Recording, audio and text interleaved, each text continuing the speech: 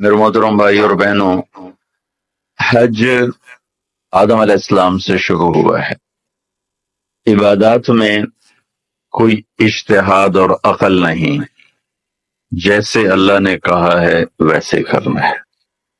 نماز اپنی عقل سے ہم معلوم نہیں کر سکتے، روزہ ہے، حج ہے۔ عبادات میں جیسے آسمان والے نے بتایا اور جیسے جناب رسول اللہ صلی اللہ علیہ وسلم نے کر کے دکھلایا، بس ہم نے وہ کرنا ہے۔ باقی چیزوں میں معاملات ہیں، زندگی کی باقی ضروریات ہیں، اس میں زمانے کے لحاظ سے سوچ بچار بھی ہے، تبدیلی بھی ہے، اجتہاد بھی ہے۔ عبادت اسے کہتے ہیں جس میں بس جو اللہ نے کہا، جو اس کے نبی نے فرمایا، کر کے دکھایا، ویسے کرنا ہے۔ ہمارے نبی پاک کا میں تھوڑا سا آپ کو مختصر خاکہ حج کا بتا دیتا ہوں۔ جناب رسول اللہ صلی اللہ تعالی علیہ وسلم نے حج کا جب اعلان فرمایا، یہ 10 ہجری، تو اطراف سے قبائل جمع ہوئے، کوئی 12,000 کا مجمع اکٹھا ہو گیا مدینہ میں۔ 25 تاریخ کو بروز ہفتہ آپ نے نماز ظہر سے پہلے غسل فرما کے 2 چادریں احرام کی نیت کے بغیر 2 چادریں باندھ، کرتا بھی اتار دیا، تہمد بھی اتار دیا۔ سہارا ایک بستی ہے جو آج کل مسقط میں آتی، وہاں سے ایک کپڑا آتا تھا، اس کی آپ نے 2 چادریں لی۔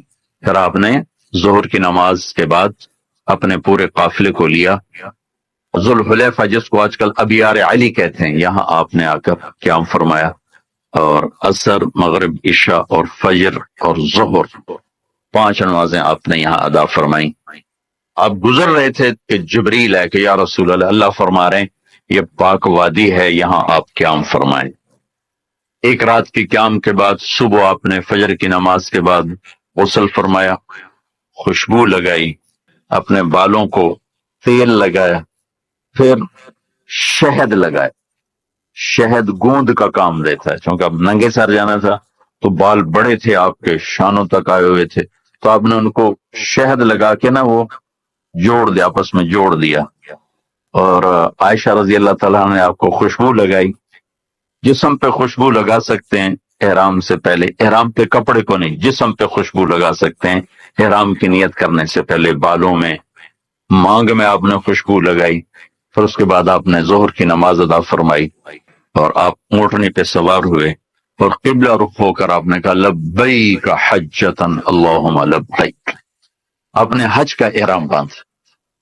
تو جبریل آئے کہ یا رسول اللہ، اللہ تعالیٰ فرما رہے ہیں عمرے کو شامل فرمائیں۔ وہاں سے آپ چلے، آپ کے ساتھ کوئی 12,000 کا مجمع تھا، اور آپ ملل میں آپ نے قیام فرمایا۔ ملل سے نکلے اور روحا میں پہنچے۔ روحا میں کنواں ہے، وہاں 70 نبیوں نے قیام کیا ہے حج کے دوران، حج پر جاتے اور آتے ہوئے۔ وہاں آپ نے بھی قیام فرمایا، رات بھی ٹھہرے۔ روحا سے چل کر آپ عفایا پہنچے، عفایا سے عرج پہنچے، عرج سے ابوا پہنچے۔ ابوا پہنچے تو سامنے بستی تھی جہاں آپ کے سارے انتظام کیے گئے تھے رہائش کے، اور یہ قافلہ 12,000 کا اب 60-70,000 کا ہو چکا تھا۔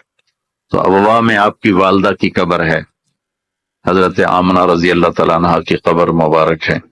تو آپ سڑک سے یوں ہٹ گئے، اندر پہاڑوں میں چلے گئے۔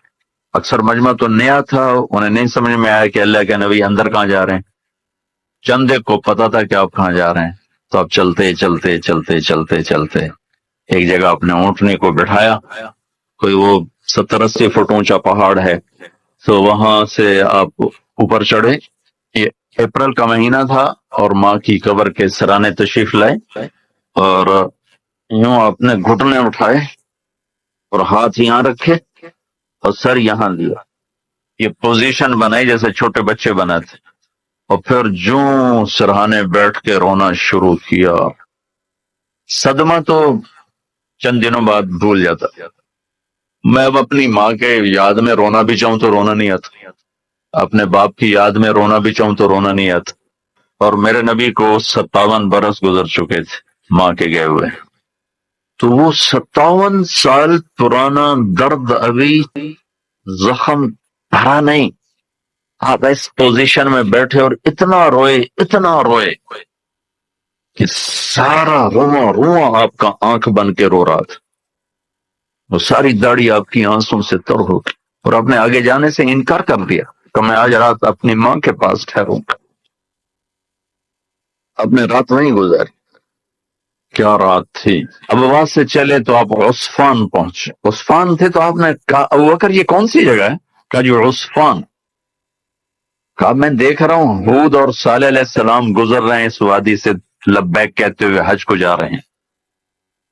عصفان سے آپ مرہ الزہران پہنچے، پھر وہاں سے آپ صرف پہنچے، پھر وہاں سے آپ تنعیم پہنچے۔ تنعیم میں آپ نے احرام کی چادروں کو تبدیل فرمایا، جو 2 چادریں مدینہ میں زیب تن فرمائی تھی، تنعیم اتار کر تو نئی چادر اسی کپڑے کی۔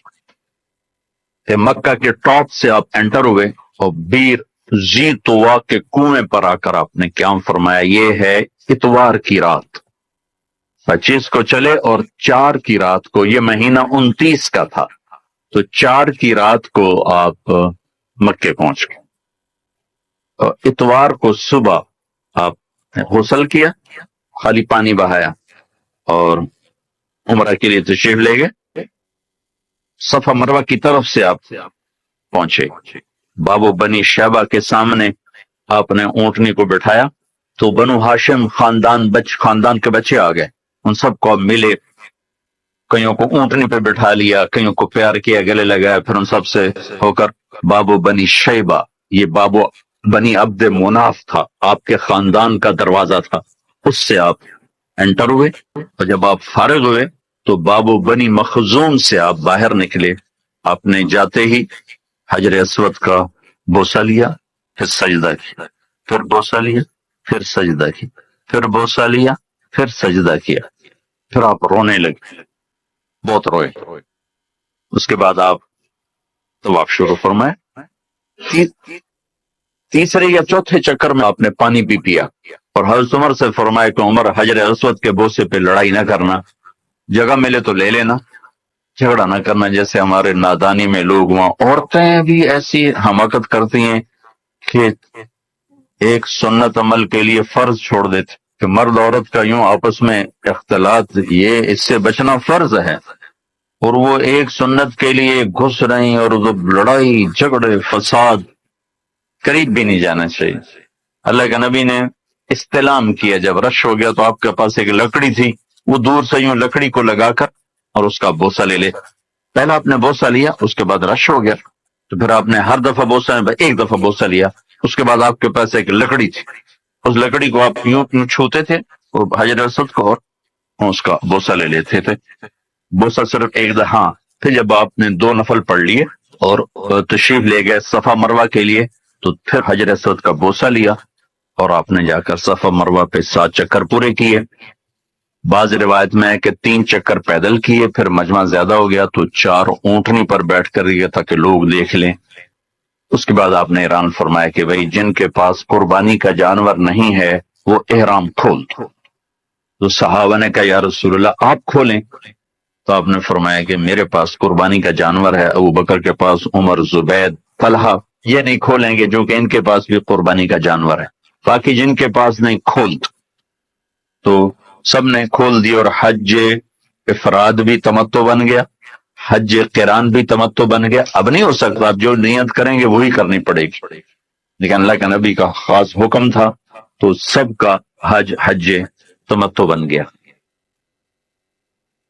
آخر میں آپ لوگوں سے گزارش ہے کہ اگر آپ کو ہماری یہ کوشش پسند آئی ہو تو اسے زیادہ سے زیادہ صدقہ جاریہ کے طور پر شیئر کریں۔ اللہ آپ سب کو اپنی حفظ و امان میں رکھے، آمین۔